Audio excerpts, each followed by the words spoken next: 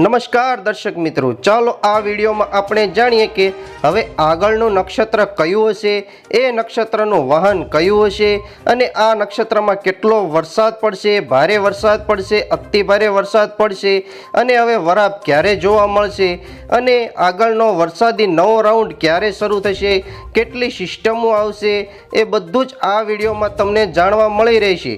તો આ વિડીયોને અંત સુધી જોતા રહેજો અને જો તમે નવા હોય તો વિડીયોને લાઈક અને સબસ્ક્રાઇબ કરી દેજો મિત્રો। તો હાલો જાણીએ, આ વખતનું ચોમાસું ખરેખર મેજિકલ ચોમાસું છે। આ વખતે ચોમાસાએ જ્યારથી મંડાણ કર્યા છે ત્યારથી એક બાબત ઉઠીને આંખે વળગે એવી રહી છે। જ્યાં ખાબકે ત્યાં જોરદાર તાંડવ મચાવે છે, જ્યારે આસપાસના વિસ્તારમાં એનાથી ઘણો ઓછો વરસાદ હોય છે। જોકે એકંદરે અત્યાર સુધીમાં એક કરીને વરસાદે રાજ્યના મોટા ભાગના વિસ્તારોમાં સરેરાશ સારો વરસાદ થઈ ચૂક્યો છે। રાજ્યના સરેરાશ 48% વરસાદ વરસી ગયો છે, પરંતુ હવે સવાલ એ છે કે આગળ હવે શું થશે મિત્રો? તો તમને જણાવી દે કે ગુજરાતમાં છેલ્લા ઘણા સમયથી અનેક વિસ્તારોમાં સારો વરસાદ થઈ રહ્યો છે અને કેટલાક વિસ્તારોમાં ભારેથી અતિ ભારે વરસાદ પડી ચૂક્યો છે। હાલ ભારતમાં 2 સિસ્ટમો બનેલી છે અને તેના કારણે દેશના અનેક વિસ્તારોમાં ભારેથી અતિ ભારે વરસાદ પડી રહ્યો છે। ઝારખંડ અને તેની આસપાસ વિસ્તારમાં એક ડિપ્રેશન બન્યું હતું, જે આગળ વધવાની સાથે જ થોડું નબળું પડ્યું છે। આ સિસ્ટમ આગળ વધીને હવે દક્ષિણ બિહાર તરફ થઈને ઉત્તર પ્રદેશ અને ઉત્તર પશ્ચિમ દિશામાં આગળ વધવાની શક્યતા છે, જેની અસર ગુજરાતને થવાની ખૂબ જ ઓછી છે મિત્રો। આ ઉપરાંત રાજસ્થાન પર એક મજબૂત સિસ્ટમ બનેલી છે। આ સિસ્ટમ આગળ વધવાની સાથે જ મજબૂત બનીને હવે ડિપ્રેશનમાં ફેરવાઈ ગઈ છે। આ સિસ્ટમને કારણે રાજસ્થાનના કેટલાક વિસ્તારોમાં ભારેથી અતિ ભારે વરસાદ પડવાની શક્યતા છે। હવામાન વિભાગના જણાવ્યા પ્રમાણે 16 જુલાઈના રોજ ગુજરાતમાં સિઝન ખાસ કરીને દક્ષિણ ગુજરાતના વિસ્તારોમાં ભારે વરસાદ થઈ શકે છે।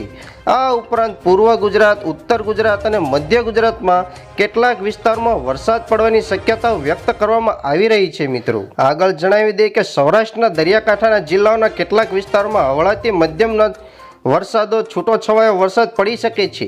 જે સિવાય સૌરાષ્ટ્રના વિસ્તારોમાં વરસાદની શક્યતા ખૂબ જ ઓછી છે।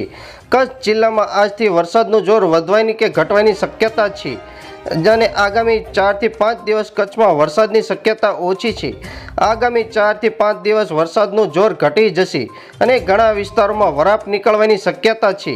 માત્ર દક્ષિણ ગુજરાતના વિસ્તારોમાં જ છૂટાછવાયા વરસાદ પડવાની સંભાવના છે મિત્રો। હાલની સ્થિતિ પ્રમાણે અને હવામાનના વિવિધ મોડલો પ્રમાણે રાજ્યમાં ફરીથી 22-23 જુલાઈની આસપાસ વરસાદનું જોર વધવાની શક્યતા દેખાઈ રહી છે। એ સમયે ફરીથી રાજ્યના સાર્વત્રિક વરસાદ પડવાની સંભાવના છે મિત્રો।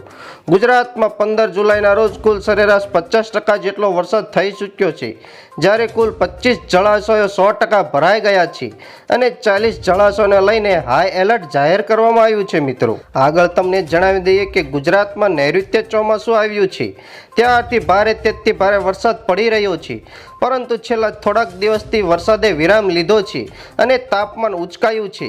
રાજ્યમાં સૂકા પવનો ફૂંકાઈ રહ્યા છે, ત્યારે આ તાપ, બફારો, ઉકળાટ ક્યાં સુધી હશે અને હવે ગુજરાતમાં વરસાદ કેવો પડશે તે અંગે હવામાન નિષ્ણાંત પરેશ ગૌસ્વામીએ આગાહી કરી છે।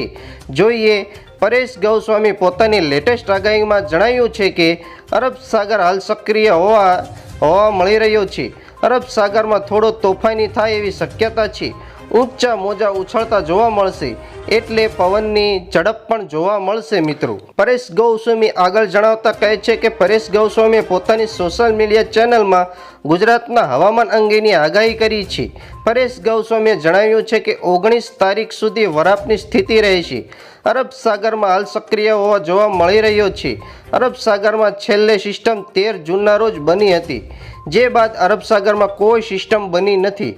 તમામ વરસાદના બંગાળની ખાડીમાં બનેલી સિસ્ટમને કારણે આવ્યા છે। આ સાથે તેમણે જણાવ્યું હતું કે અરબ સાગરમાં કોઈ સિસ્ટમ જોવા મળી નથી, પરંતુ ત્યાં કરંટ જોવા મળ્યો છે, એટલે કે અરબ સાગરમાં થોડો તોફાની જોવા બનશે।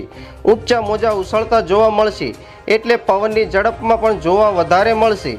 દરિયાકાંઠાના વિસ્તારોમાં પવનની ઝડપ જે સામાન્ય હોય તેના કરતાં વધારે જોવા મળશે, એટલે કે આ વિસ્તારોમાં 35થી 40 કિમી પ્રતિ કલાકની પવનની ઝડપ જોવા મળી શકે છે મિત્રો. પરેશ ગૌસ્વામીએ વધુમાં જણાવ્યું હતું કે ગુજરાતમાં પણ સામાન્ય ઝડપ વધીને 20થી 25 પ્રતિ કિમી કલાકે પવનની ઝડપ રહેશે.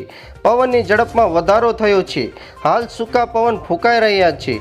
જો ભેજવાળા પવન હોય તો વરસાદ લાવે, પરંતુ આ સૂકા પવનો છે.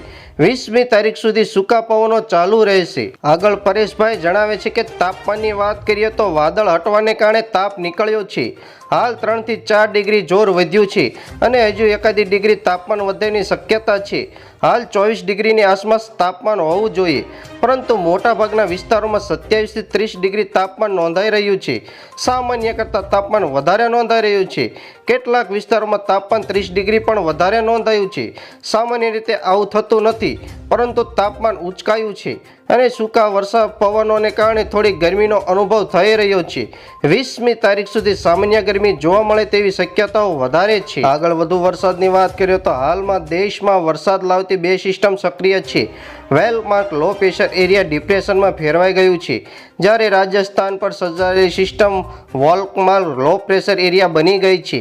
2 સિસ્ટમ મજબૂત બની ગઈ છે. જો કે આ 2 સિસ્ટમ મજબૂત હોવા છતાં પણ ગુજરાતમાં હાલ મોન્સૂન બ્રેક લાગી ગઈ છે. આ મજબૂત સિસ્ટમ ગુજરાતમાં નહીં પરંતુ ઉત્તર ભારત અને મધ્ય ભારતમાં વરસાદ લાવશે મિત્રો. તો હવે આગામી નક્ષત્રની વાત કરીએ તો અંબાલાલ પટેલે જણાવ્યું હતું કે 19 જુલાઈના રોજ સૂર્ય પુષ્ય નક્ષત્રમાં પ્રવેશ કરશે. ભારતીય પંચાંગ મુજબ પુષ્ય નક્ષત્રમાં પડતો વરસાદ ખેતી અને જમીન માટે અત્યંત ફાયદાકારક માનવામાં આવે છે અને તેની સાથે જ સમયગાળામાં પડતો વરસાદ પાક માટે લાભદાયક સાબિત થઈ શકે છે. હવામાન નિષ્ણાત અંબાલાલ પટેલ ભારે વરસાદની આગાહી કરી છે. આજથી 2 દિવસ ગુજરાતના રાજસ્થાનને અડીને આવેલા ભાગોમાં ભારે વરસાદ થઈ શકે છે. ઉત્તર ગુજરાતમાં ભારેથી અતિભારે વરસાદ થશે. 19 જુલાઈએ સૂર્ય પુષ્ય નક્ષત્રમાં પ્રવેશ કરશે. પુષ્ય નક્ષત્રમાં થતા વરસાદનું પાણી સારું ગણવામાં આવે છે.